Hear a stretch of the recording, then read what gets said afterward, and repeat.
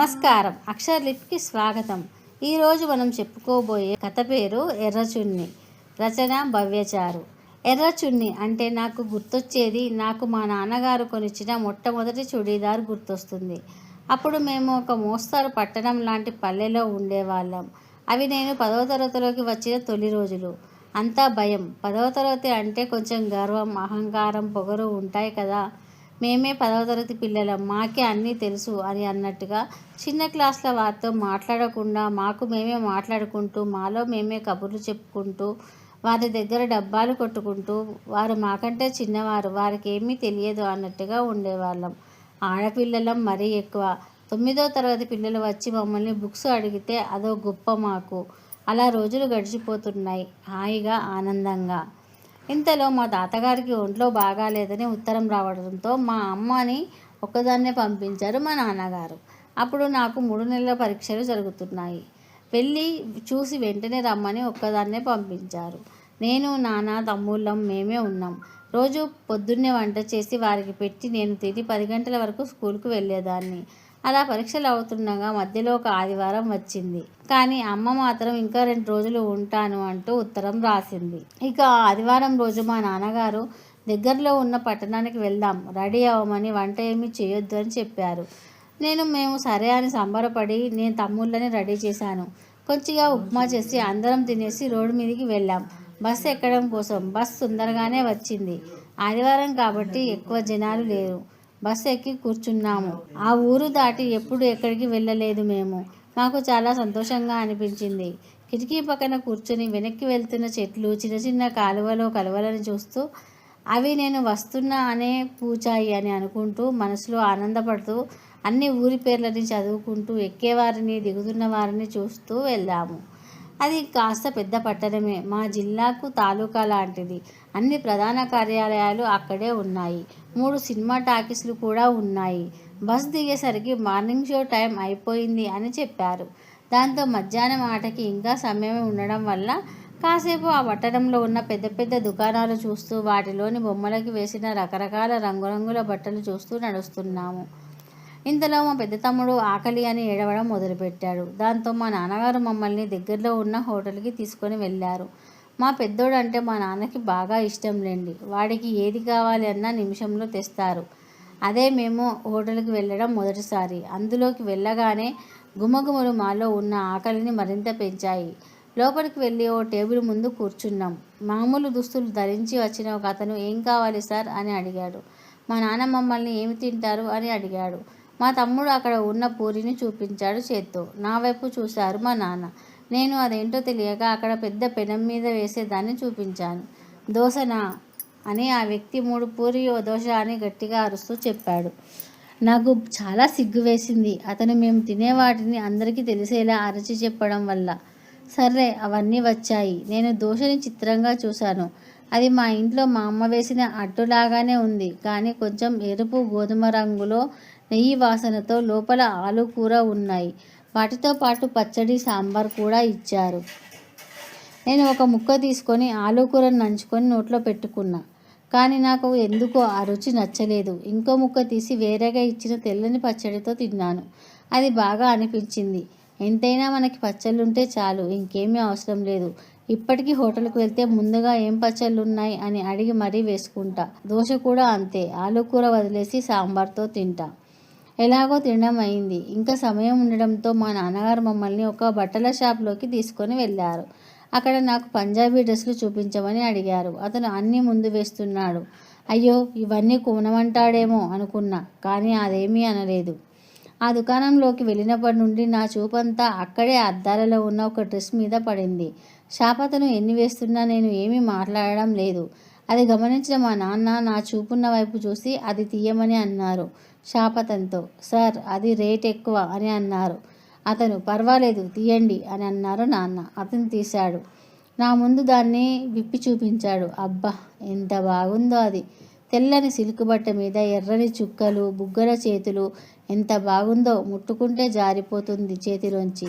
దాన్ని ముట్టుకొని చేతిలోకి తీసుకొని నాకు సరిపోతుందో లేదో అని చూసుకున్నా అక్కడే ఉన్న నిలువుడు అద్దంలో. తెల్లగా ఉన్న నాకు అది మరింత అందాన్ని తెచ్చినట్టు అనిపించింది. బాగుందా, సరిపోయిందా అన్నారు నాన్న.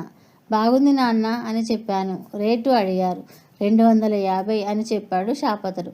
అమ్మో, అంత ధరనా? ఇక ఆ డ్రెస్ మీద ఆశ వదులుకున్న నేను. అంత ధర పెట్టి ఎప్పుడూ ఏది కొనలేదు మేము. దాంతో నాకు గైడ్లు 10వ తరగతికి అప్పుడు గైడ్లు చదివేవాళ్ళం. ఇప్పుడున్నట్టు ఆల్ ఇన్ వన్లు లేవు. వస్తాయి, తమ్ముళ్ళకి 2 జతల నిక్కర్లు వస్తాయి. వద్దు నాన్న, వెళదాం పద అన్నాను. సరే, నువ్వు తమ్ముళ్ళకి బట్టలు చూడు అని అన్నారు. తమ్ముళ్ళకి బట్టలు తీసుకుంటూ ఇలా నా మనసులో ఆలోచించుకుంటున్నా. తమ్ముళ్ళకి డ్రెస్సులు తీసుకున్నాం. పదమ్మా వెళ్దాం అని నాన్న అనడంతో నేను బయటకు వెళ్ళాం. సినిమాకు సమయం అవ్వడంతో నాన్న వెళ్ళి టికెట్లు తెచ్చారు. అది పెదరాయుడు సినిమా. నాకు బాగా నచ్చింది. మొదటిసారి నేను టాకీస్లో చూసిన సినిమా. సినిమాలో పడి నేను డ్రెస్ సంగతి మర్చిపోయాను.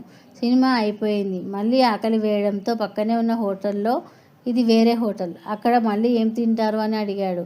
పొద్దున తిన్న టిఫిన్లు ఎప్పుడో అరిగిపోయాయి. మేము అన్నం తింటాం అని అన్నాము. నాన్న అతనికి చెప్పాడు. ప్లేట్ మీల్స్ ఎప్పుడో అప్పుడు ఎంతో కానీ మాకు అతను తెచ్చిన అన్నం ఏమీ సరిపోలేదు. ఓ పక్కకు కూడా కాలేదు. 4 కూరలు, పచ్చడి, పెరుగు, సాంబార్, పప్పు ఇన్ని ఉన్నాయి. అన్నం మాత్రం చిన్న గిన్నెలో తెచ్చిపెట్టాడు. నాకు ఆ గిన్నెలోని అన్నం పచ్చడికే సరిపోయింది. తమ్ముడు బాగా ఆకలిగా ఉండడంతో నేను ఏమీ అడగలేదు.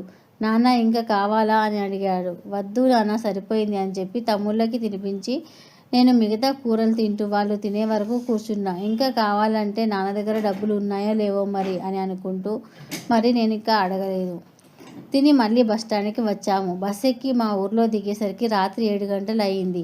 ఇంటికి వెళ్ళేసరికి మా అమ్మ వచ్చేసింది. వంట కూడా చేసినట్టుంది. ఎక్కడికి వెళ్ళారు అని అడిగింది. మేము చెప్పాము. మేము ఎక్కడికి వెళ్ళినా పక్కింట్లో తాళాలు ఇచ్చి వెళ్తాం కాబట్టి అమ్మ వచ్చేసి వంట కూడా చేసింది. గబగబా కాళ్ళు కడుక్కొని అమ్మ ఆకలి అంటూ పెట్టమని అడిగాము. అమ్మ అన్నం పెట్టగానే ప్రాణం లేచి వచ్చింది. అప్పుడు సగం కాదు, సగంలో సగం తిన్నా. గబగబా తిన్నాను. అమ్మ కడుపు నిండే వరకు తిన్నాను. కడుపు నిండగానే నిద్ర ముంచుకు వచ్చింది. చాప వేసుకొని మెత్త వేసుకొని పడుకున్నాను. అంతే, నిద్రపోయాను. ఆకలి వల్ల డ్రెస్ సంగతి అమ్మకు చెప్పలేదు. అమ్మే తర్వాత చూసింది అనుకుంటా. అన్నీ సర్ది పెట్టేసింది. ఇలా కొన్ని రోజులు గడిచాయి. ఆ రోజు స్కూల్ లేదు, గాంధీ జయంతి కాబట్టి. ఆ రోజు ఇంకో విశేషం ఏమిటంటే అదే రోజు నా పుట్టినరోజు కావడం. అమ్మ పొద్దున్నే లేపి నుదుటి మీద ముద్దు పెట్టుకొని స్నానం చేయమని అంది. నాకు తలంటు పోసింది. ఎప్పుడు కొత్త బట్టలు ఉండేవి. ఈసారి అమ్మమ్మ వాళ్ళ ఇంటికి వెళ్ళింది కదా, అందువల్ల లేవు. మా అమ్మ డ్రెస్సులు బాగా కుట్టేది. లంగా జాకెట్లు, గౌన్లు నాకు అన్నీ అమ్మే కుట్టేది. సరే, ఇక మామూలు బట్టలు కట్టుకుంటా అని అనుకుంటూ ఉండగానే మా అమ్మ నా కళ్ళు మూసుకో అని అంది. నేను కళ్ళు మూసుకున్నా. ఎందుకో తెలియకున్నా నా చేతిలో ఒక సంచి పెట్టింది. నేను కళ్ళు తెరిచి చూశాను. ఆ సంచిలోంచి బట్టలు తీసేసరికి ఆశ్చర్యం, ఆనందం రెండూ ఒకేసారి వచ్చాయి. అవి ఆ రోజు నేను షాప్లో చూసిన తెల్లని డ్రెస్ మీద ఎర్ర చుక్కలు ఉన్న డ్రెస్, పైజామా, ఎర్రని చున్నీ. గబగబా వేసుకున్నా. దేవునికి దండం పెట్టి అక్షతలు తీసుకొని నాన్నగారి దగ్గరికి వెళ్ళాను. నాన్న కుర్చీలో కూర్చొని పేపర్లు దిద్దుతున్నారు. నాన్న అని అంటూ చేతిలో అక్షతలు ఉంచి కాళ్ళకి నమస్కరించాను. ఇంతలో అమ్మ కూడా వచ్చింది. ఇద్దరికి కలిపి మళ్ళీ ఒకసారి నమస్కరించాను. నన్ను చూసిన నాన్న అమ్మతో శాంతికి దిష్టి తీసేయి అని చెప్పారు. ఆ ఎర్రని డ్రెస్తోనే నేను 10వ తరగతి మొదటి పరీక్ష రాశాను. అదే డ్రెస్తో ఇంటర్ పరీక్షలు కూడా రాశాను. దానితోనే ప్రతిరోజు వెళ్ళలేదు. మొదటి రోజు మాత్రం అదే డ్రెస్. ఆ డ్రెస్ని పదిలంగా దాచుకున్నా. తర్వాత ఎన్ని డ్రెస్సులు కొనుక్కున్నా ఆ డ్రెస్ అంటేనే ఇష్టం. కొన్నేళ్లకి మా నాన్నగారు గుండెపోటుతో చనిపోయారు. కానీ ఆ డ్రెస్ మాత్రం ఇప్పటికీ నా దగ్గర పదిలంగా ఉంది. తల్లి ప్రేమ మాటల్లో తెలిపితే తండ్రి ప్రేమ చేతల్లో కనిపిస్తుంది. ఆ రోజు మా నాన్న ఏదో పరీక్షకి కట్టాల్సిన డబ్బుని నేను ఇష్టపడిన డ్రెస్ కోసం ఖర్చు పెట్టారు అని తర్వాత తెలిసింది. నా ఇష్టాన్ని గుర్తించి నేను వద్దు అని అంటున్నా నా మనసులో ఏముందో గ్రహించి నా పుట్టినరోజు నాడు నా కళ్ళల్లో సంతోషం చూడడానికి మా నాన్న చేసిన ఆ పనికి తనకి కూతురు అంటే ఉన్న ఇష్టాన్ని, ప్రేమని చూపించింది.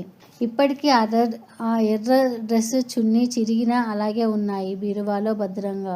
ఇప్పుడు నాకు నాన్న లేకున్నా ఆయన గుర్తులు, జ్ఞాపకాలు గుర్తు చేస్తూనే ఉన్నాయి.